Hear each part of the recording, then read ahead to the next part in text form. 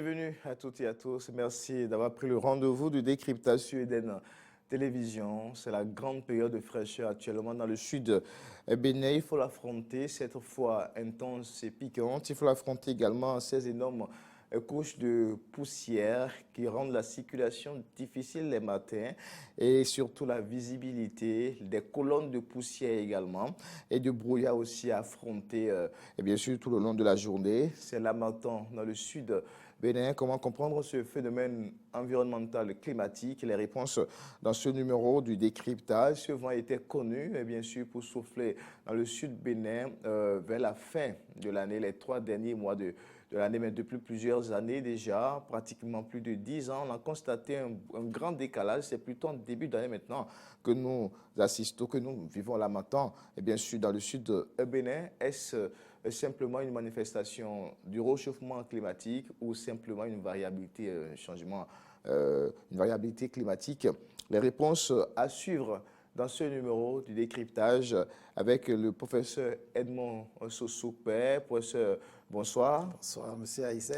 Professeur Soussoupé, enseignant-chercheur à la faculté des sciences et techniques de l'université d'Abomey-Calavi, biologiste aménagiste de l'environnement et puis ancien directeur de l'agence béninoise pour l'environnement. Il y a d'autres palmarès et compétences et titres qu'on n'a pas pu citer, professeur. Il n'y a pas de souci. Merci d'avoir accepté notre invitation. Avec vous, nous plaisir. ouvrons l'année 2020 pour le compte de décryptage. Nous allons dire meilleurs vœux à vous, professeur Soussoupé, et puis meilleurs vœux également à tous les amis qui suivent Eden Télévision. En tout cas, c'est reparti pour une année encore pleine de surprises sur Eden Télévision. Restez connectés, scotchés Eden Télévision. Vous serez entièrement satisfait pour ce qui, en tout cas, des programmes qui nous connaissent, qui nous intéressent. Professeur Edmond Soussoupé, meilleurs vœux à vous aussi. Merci, monsieur Aïssé. Je renouvelle aussi mes vœux à toi et à tous les techniciens de Eden TV. Eden TV, Igor Ntondi, Chimène Dossou, et tous les autres dont j'ai oublié le nom. Que cette année soit une année de plein accomplissement pour chacun d'entre eux. Et surtout que Eden TV connaisse beaucoup de promotions.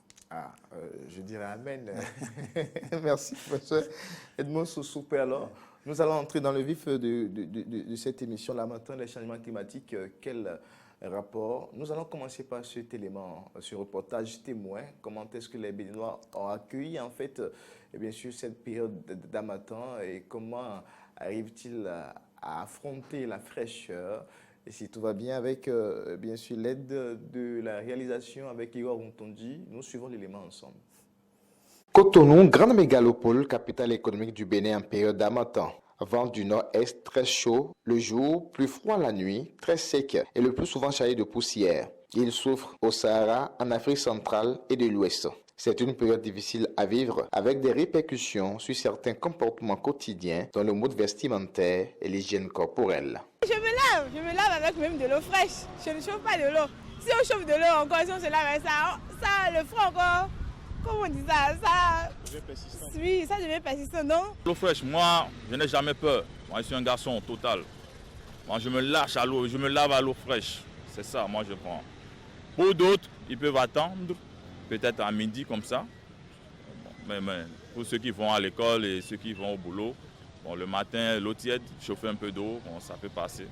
En 2 ou 3 jours, en début de cette année, le phénomène est devenu plus remarquable avec une fraîcheur intense. On a été surpris cette semaine que l'harmattan de cette année a pris une vitesse supérieure. Comme au nord, moi je suis resté au nord, j'ai vu, je sais comment l'harmattan commence à battre son plein, quoi. Donc c'est pareil. Ça fait plus de 15 ans que moi j'ai senti l'harmattan comme ça. C'est de 15 ans que j'ai senti comme ça. Mais on attend au Mali, Niger, mais au Bénin, ça fait plusieurs années que ça ne vient pas comme ça. Et ces constats liés au passage de l'Harmattan cette année à Cotonou pourraient s'expliquer par une simple variabilité du climat ou une manifestation du réchauffement climatique. Ce vent chargé de poussière et de fraîcheur peut être également cause de plusieurs maladies. Des dispositions doivent être prises alors pour une meilleure adaptation au passage de l'harmattan. Mais justement, vers la fin de cette émission, en troisième partie, justement, des conseils pour pouvoir affronter le froid avec le professeur Edmond Sosoupé. Alors, que peut-on comprendre quand on parle de l'harmattan? Comment l'expliquer? Oui, merci beaucoup, M. Aïssé. L'harmattan est un vent sec qui souffle depuis le Sahara et qui descend progressivement vers l'équateur. Et donc, ce vent traverse toute la zone sahélienne avant d'arriver dans des pays comme le Bénin, en commençant par la partie septentrionale de notre pays. Et ce vent est chargé de particules en suspension et c'est ça qui donne l'aspect de poussière que l'on constate. Et ces particules-là constituent pratiquement un écran vis-à-vis des rayons solaires qui n'arrivent plus à atteindre le sol. Et c'est pour cela que la température est maintenue à une certaine valeur. Okay. Le soleil est là comme d'habitude, mais les particules empêchent ces rayons d'arriver directement au sol. Okay. Donc c'est pour cela que la température reste autour de 20, 22, 23 degrés. Pratiquement parfois insupportable. Oui, bien sûr. Dans la partie septentrionale, ça descend jusqu'à 17, 16 degrés quelquefois. Mais pourquoi c'est un vent qui est à la fois sec et froid? Oui, mais vous savez, la zone du désert est une zone où il n'y a pas d'humidité. L'humidité atmosphérique est nulle ou pratiquement nulle dans la zone désertique. Et c'est ce vent dépourvu d'humidité qui descend et qui arrive jusqu'à la côte ici.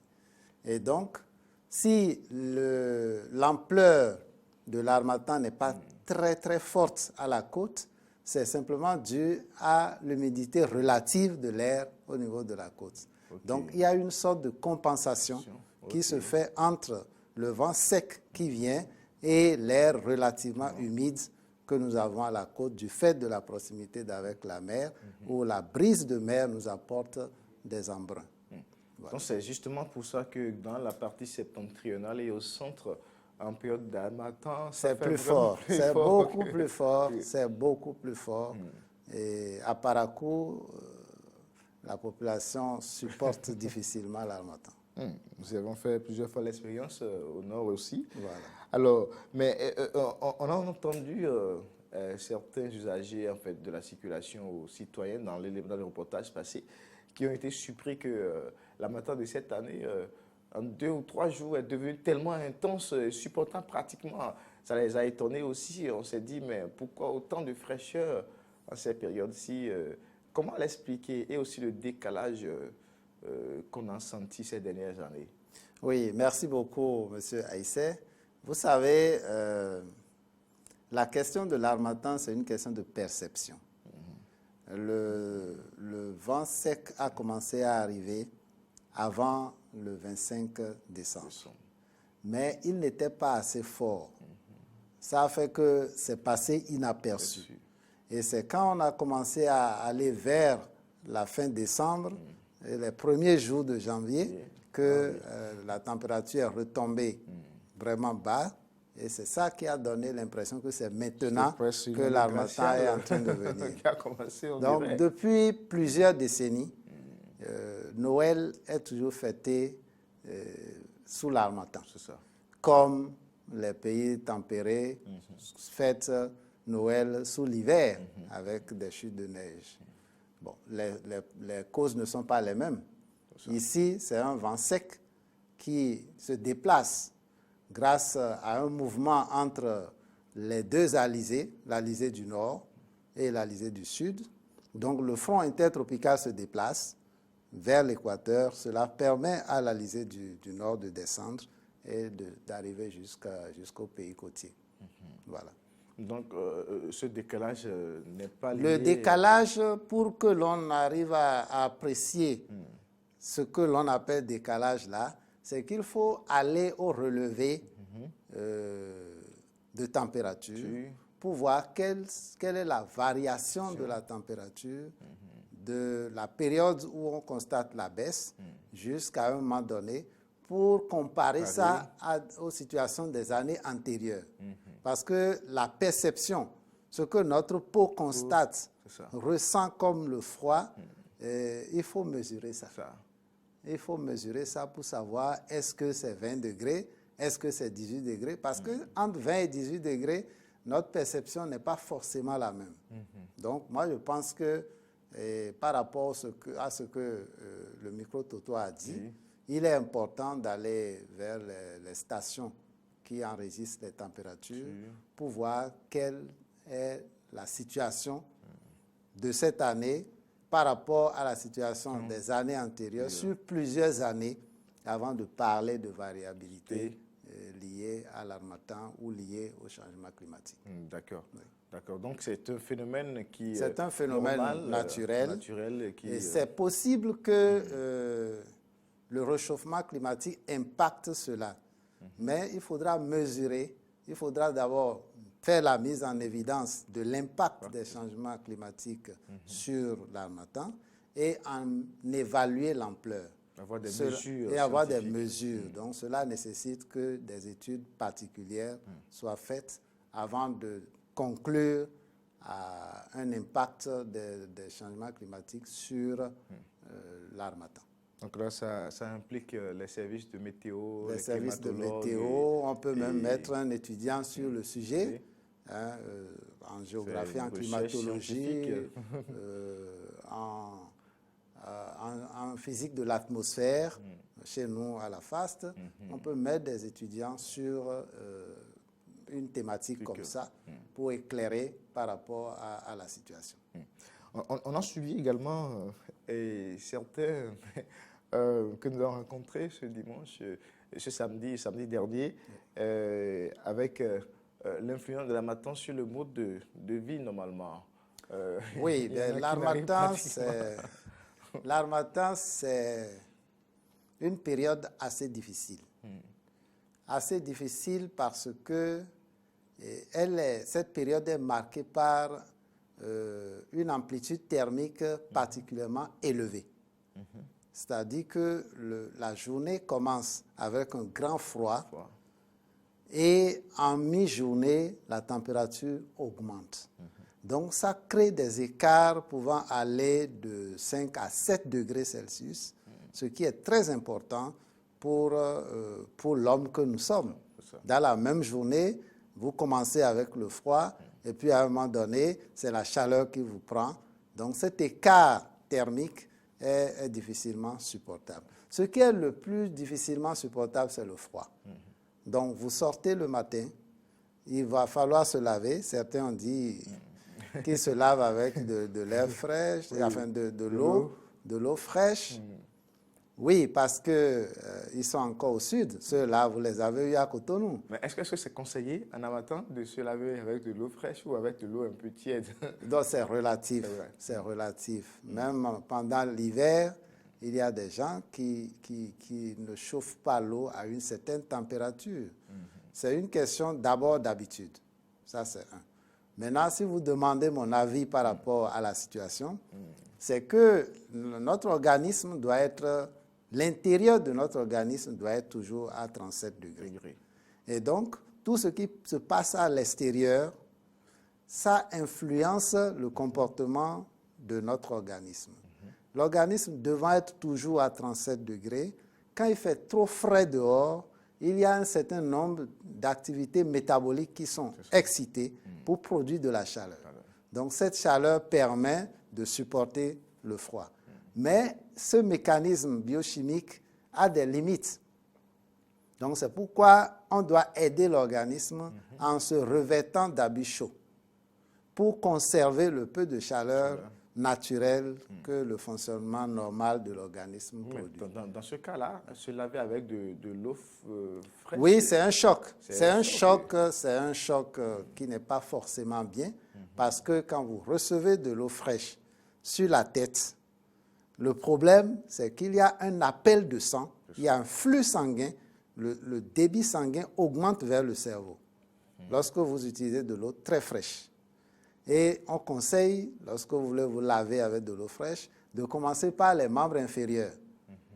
Est-ce que vous voyez? Il faut commencer par les membres inférieurs pour que, en arrivant vers la tête, qu'il n'y ait pas ce choc, ce flux sanguin augmentant qui peut avoir aussi des impacts. Le contraire se passe aussi. Si vous prenez de l'eau chaude et vous versez ça directement sur la tête, ça chasse le sang. C'est-à-dire, du fait que la température est allée au-delà de 37 degrés, alors le sang fuit cet endroit-là. Donc les deux ne sont pas sans conséquence sur la santé humaine. Donc choisir le juste milieu. Il faut choisir le juste milieu. Tout à fait. Et il y a le cas de ceux qui évitent les bains aussi. Bien sûr, aussi c'est à ce prix seulement que vous pouvez mieux vous porter, il n'y a pas de problème. Mais ce qui est évident, c'est que la période d'harmattan, c'est une période particulièrement dangereuse pour la santé parce que la poussière transporte beaucoup de germes. Est-ce que vous voyez? La poussière transporte beaucoup de germes et ces germes-là se déposent sur notre corps. Quand nous circulons, ça se dépose sur notre corps. Quand nous circulons, ça entre dans nos voies aériennes. Et donc, si on ne se lave pas, on laisse ces microbes séjourner un peu plus longtemps sur notre corps et cela peut avoir des conséquences sur notre santé. Donc, on est, pour une question d'hygiène corporelle, on est tenu de se laver régulièrement et pour éliminer ces microbes-là. D'accord. Et aussi, en cette période-ci, on en parlait de bain et tout. Mais est-ce que c'est conseillé de prendre de l'eau tiède aussi? Oui, bien sûr. De l'eau fraîche. Il faut prendre de l'eau, non, pas de l'eau fraîche. Il faut prendre de l'eau tiède. Parce que le vrai combat de l'organisme, c'est de lutter contre le froid. Donc, tout ce qui est frais ne doit plus entrer dans l'organisme pendant cette période. De l'eau tiède, ça ne fait que du bien à l'organisme parce que ça renforce la chaleur interne. Voilà. D'accord. Et les comportements alimentaires aussi, qu'est-ce qui est conseillé, qu'est-ce qu'on peut manger? Bien sûr, les comportements alimentaires, c'est d'abord l'hygiène alimentaire. Donc, il est conseillé de ne pas manger dehors parce qu'on est exposé à la poussière, on est exposé aux germes. Donc, il faut être en chambre pour manger. Donc, ça fait qu'on limite le contact des germes avec la nourriture. Maintenant, du point de vue diététique, puisque c'est la période de froid, il est conseillé de manger des aliments un peu gras pour augmenter la capacité de métabolisme de ces lipides qui vont produire de la chaleur pour maintenir l'intérieur à une certaine température. D'accord. On a parlé un peu, on a expliqué le phénomène de l'harmattan. On a expliqué également quelques particularités constatées, en tout cas, depuis plusieurs années. Il faut aller à des mesures scientifiques avant de conclure si on est ici dans le cas d'un changement climatique ou simplement d'une variabilité climatique. Le professeur a donné quelques conseils, surtout en période d'harmattan, qui est une période un peu dangereuse pour la santé. Il faut éviter de consommer des aliments à température très basse. Aussi, ne pas se laver avec de l'eau froide, c'est ça, c'est bien cela, et conseiller de l'eau tiède un peu, prendre des mesures pour la protection aussi, éviter que la poussière ou les particules qui sont contenues dans ce vent puissent être bien sûr nocifs pour notre santé et autres. Professeur Edmond Sossou, mais en période d'harmattan également, il y a beaucoup d'autres réalités dans le comportement des couples aussi. Bien sûr, avant d'aller à ce niveau, je voudrais être complet en disant qu'en période d'harmattan, il est conseillé de se couvrir le corps, de porter des habits longs. Parce que ce vent sec est déshydratant. Ce vent sec fait perdre de l'eau à notre corps. Et pour se prémunir de cela, il faut porter des habits longs. Donc, limiter la partie qui est directement en contact avec ce vent sec-là du corps. D'accord. Bon, évidemment, pour les couples, lorsqu'il fait trop frais, il n'y a pas de problème. S'il fait frais, et en connaissant la possibilité d'échange de chaleur, les couples Ah oui. Et chambre de chaleur, en fait, c'est plus scientifique. Mais bien sûr. En termes plus clairs pour ceux qui ne sont pas habitués au jargon scientifique. Bon, ben, cette période-là, le plus souvent, lorsqu'on va dans les maternités au mois d'août, septembre, octobre, on note que le taux de natalité est particulièrement élevé. C'est-à-dire que pendant cette période, les gens ne restent plus longtemps dehors, ils vont assez vite au lit, ils y restent pendant longtemps, et en couple, c'est le moment le plus important. Donc c'est toujours la recherche de cette chaleur-là, bien sûr, de cette chaleur. Voilà. C'est à la recherche de cette chaleur que les couples sont souvent ensemble. Voilà. C'est simplement scientifique. Mais c'est bien scientifique, c'est comportemental aussi, parce qu'on va me demander si pendant l'hiver, le même phénomène se passe dans les pays tempérés. Je ne peux pas le dire parce que là-bas, il y a des systèmes de chauffage. Voilà. Dès que vous êtes à l'intérieur de votre chambre, vous réglez la température que vous voulez. Vous n'avez plus à supporter le froid qui est dehors. Mais ici, nous n'avons pas de dispositifs comme ça. C'est dormir dans le même lit avec son épouse ou avec son époux qui peut permettre cet échange de chaleur. Et aux enfants, qu'est-ce que vous conseillez aux enfants? Mais les enfants doivent être très bien protégés. Protégés par des habits chauds, protégés par rapport à ce qu'ils mangent, parce qu'il y a beaucoup de poussière. Les mains doivent être lavées plusieurs fois par jour pour éviter d'ingérer des germes qui peuvent se révéler pathogènes et très dangereux pour la santé. D'accord. Merci. Merci à vous, professeur Edmond Soussoupé-Lamentin, le changement climatique et quel rapport. Sur cette émission, ça a été expliqué. Aujourd'hui, les décalages que nous constatons et d'autres particularités par rapport à chaque édition d'Harmattan, il faut prendre des mesures correspondantes scientifiques, faire des études scientifiques avant de conclure. Le professeur a donné beaucoup de conseils puisque l'Harmattan est une période un peu dangereuse ou très dangereuse, il l'a dit, pour la santé. Il faut porter des habits longs, il faut maintenir la température corporelle, en tout cas au 37 degrés. Donc, l'organisme a besoin de chaleur, de lutter contre le froid. Donc, il faut porter des habits longs. Il faut savoir manger également. Le professeur l'a dit, protéger les enfants en ces périodes très, très sensibles.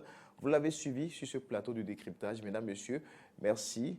Le décryptage, c'est tous les mardis, 19h et jeudi également. Jeudi prochain, si tout va bien, l'invité qui sera sur ce plateau donnera ses appréciations sur l'entroi du programme d'action du gouvernement, notamment dans le secteur de l'éducation. Restez connectés, scotchés, bien sûr, dans la télévision. On le voit et à très bientôt.